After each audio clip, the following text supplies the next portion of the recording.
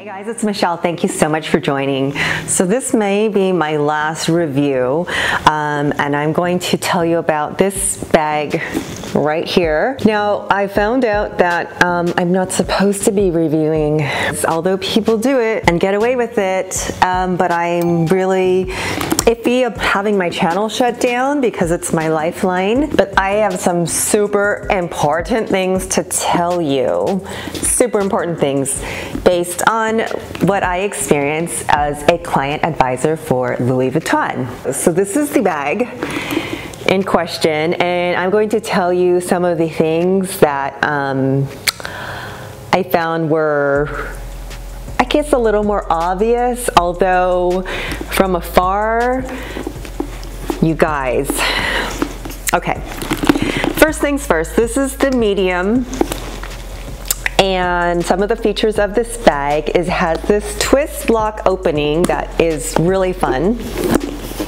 I'm covering the logos just because of the rules, okay? Now the bag also has this design here. In store we used to call this the camel toe. Now what is that for is that the brand incorporates waves into some of their designs. So you'll see this throughout some of the bags, like the new wave and this one. So that's a little wave, but also what this does, and it's very clever, when you put your things in here, this keeps the bag from bottoming out and sagging this way. That's a really important feature of this bag, and plus it helps her to stand up on the counter very nicely. Now some of the things that I found were different than my days as a Vuitton employee, so these bags were super popular. I know what they should feel like, okay? One of the things I noticed first is this handle here. She is a little bit stiffer than what you would pick up at the boutique, but also I found that after wearing her for a bit, it does loosen up. Here's one thing I want to point out. If you flip it this way, it looks like it's incorrect. If you're getting this problem with the handle of your bag, you just need to rotate it. There you go. So this is the same handle that you'll find on the Neon Away, and it is expandable. So I'm going to take her off. Oh, I'm not doing a good job of covering that logo. I'm sorry. Just look at the details of the bag. Okay, I'll figure it out. This can unsnap, and then you bring the two snaps back together right here. Snap. Now you can wear the bag as a crossbody. And I love this bag as a crossbody. Love as a crossbody. Oh, by the way, this chain can come off. But why? It's so beautiful, so beautiful. Okay, one of the cases I'm gonna make for this bag and for this girl that I have, that honestly, it's a great way to try before you buy, because the retail of these bags is $4,000, $5,000. So what I found with this one was that the flap is a little cumbersome and its capacity is not that much. Okay, seemingly the same size bags, right? But the capacity of this girl, she fits a lot. So let's go through that. Oh, before we do that, let's go over other details. She has the mirror, and it smells good. It smells good. It smells like a luxury bag should. Okay, you guys, I have to say this because I can't get over it. I sold these bags all the time when I was in the boutique. So one obvious thing is that the epi leather of the authentic bag, it is a double layer of paint. So when you grab the bag out of the drawer to show it, it feels like a box. It feels a little bit stiffer than this one. Okay, so that was the first thing I noticed from my trained eye as a sales associate. So this looks like it's probably one coat of paint. as opposed to 2. The bag has a softer feel than the actual ones that you get at the boutique. Like I said, those were boxy. Okay, this difference is negligible because when I'm holding it, I can't even tell you how many compliments I've already gotten and where did you get it, please. It's beautiful. Now, holding this bag, it's like, I'm a single mom, I don't have a significant other, but if I did, like, I would know exactly how his tush feels, right? I would know exactly, and then if you give me this thing, I'd be like, oh, it's a little bit different. You know, it's a very intimate thing, so I wouldn't expect anybody to come over and squish my bag because, you know, that's just too close for comfort. So I'm not even going to worry about that. But just if you guys want to know some of the obvious details, the strap is a little bit of a stiffer leather and the squishiness of the bag is a little bit softer due to it seeming like it's one coat of paint rather than 2. And also the emboss, I noticed, where is it? The emboss on this strap, here it is. It's not as deep as it should be, but again, like, ain't nobody gonna see that, okay? Now, this here is the kicker, you guys. I cannot believe it. I am floored because I look at the craftsmanship of this bag. Flawless. When I say flawless, the glazing is perfect. The glazing is the paint trim around the edge. The stitches are perfect. This was not made by child labor, okay? This was made by a skilled artisan.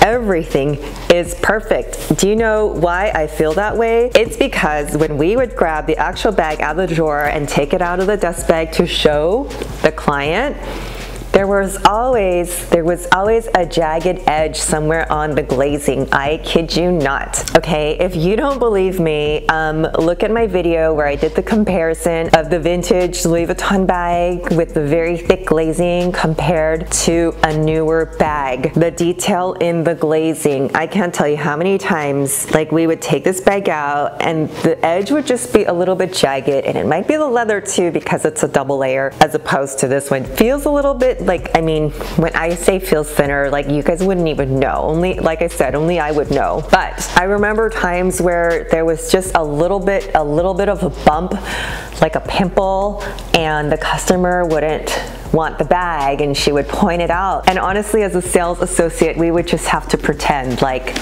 oh no, it's fine, I don't see anything there. No, I don't see any flaws.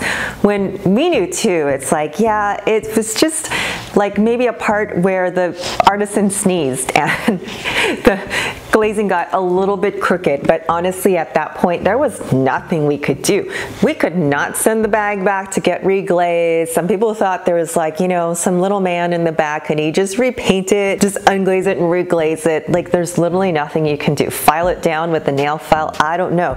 But there'd always be some kind of just little inconsistency with the cutting and the glazing. So looking at this version, I am like, wow, I am amazed. If you've seen my video about rich ladies buying the fake bags, and not all replicas are alike, there are cheaper versions and they're very, very good one-to-one, they call it, or mirror quality version. So this one happens to be a mirror quality. And like I said, it's a little bit lighter. I feel like it's a little bit lighter than the real deal, but for the craftsmanship of this bag, we're talking about thousands of dollars difference for practically the same thing. So I had some former Vuitton artisans write in too and told me that their quota was 16 bags in an 8-hour shift. So that's half an hour per bag to assemble. If you saw my video about the Louis Vuitton factory, you would see that the glazing is done in a different section and then they send the parts over here to get sewn.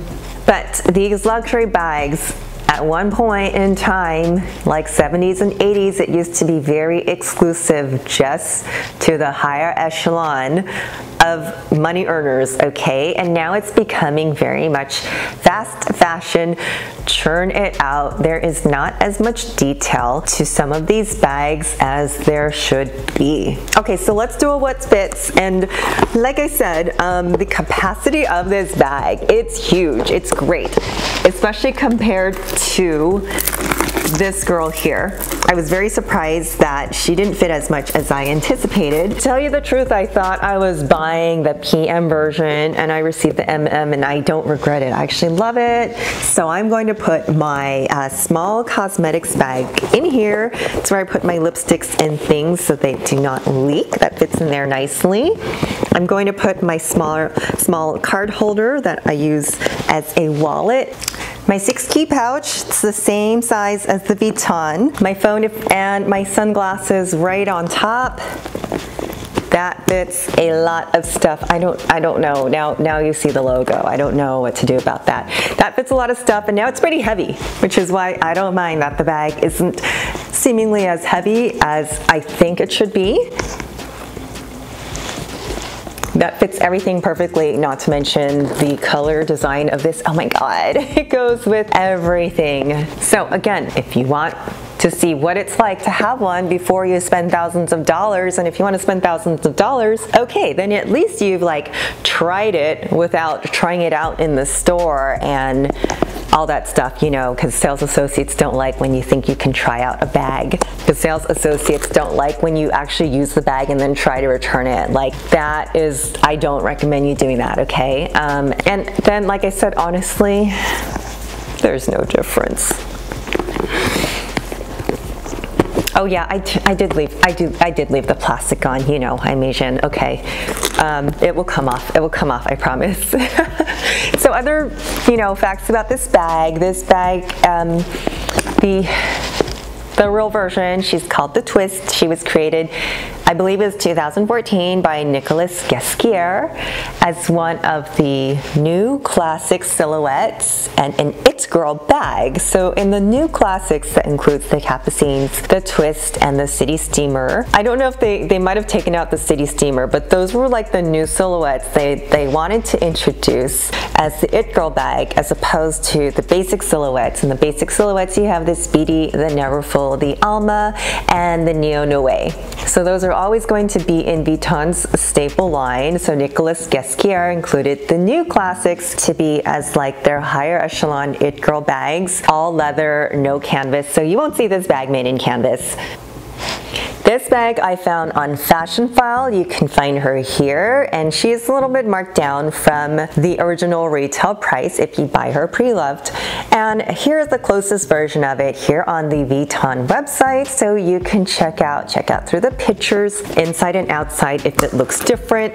I love to smell new bags, okay? Anyways, I'm telling you guys from experience, I am just floored at how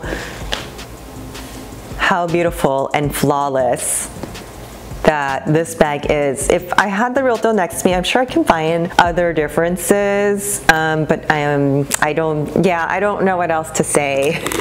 Just, you know, form your own opinion. Okay guys, so I'm gonna ask you a favor. Be sure to follow me on my other social media. I'm Dial M Style on Instagram and TikTok, where I will be able to do some what's in the bags. Like I said, I don't know if I can keep doing these type of reviews.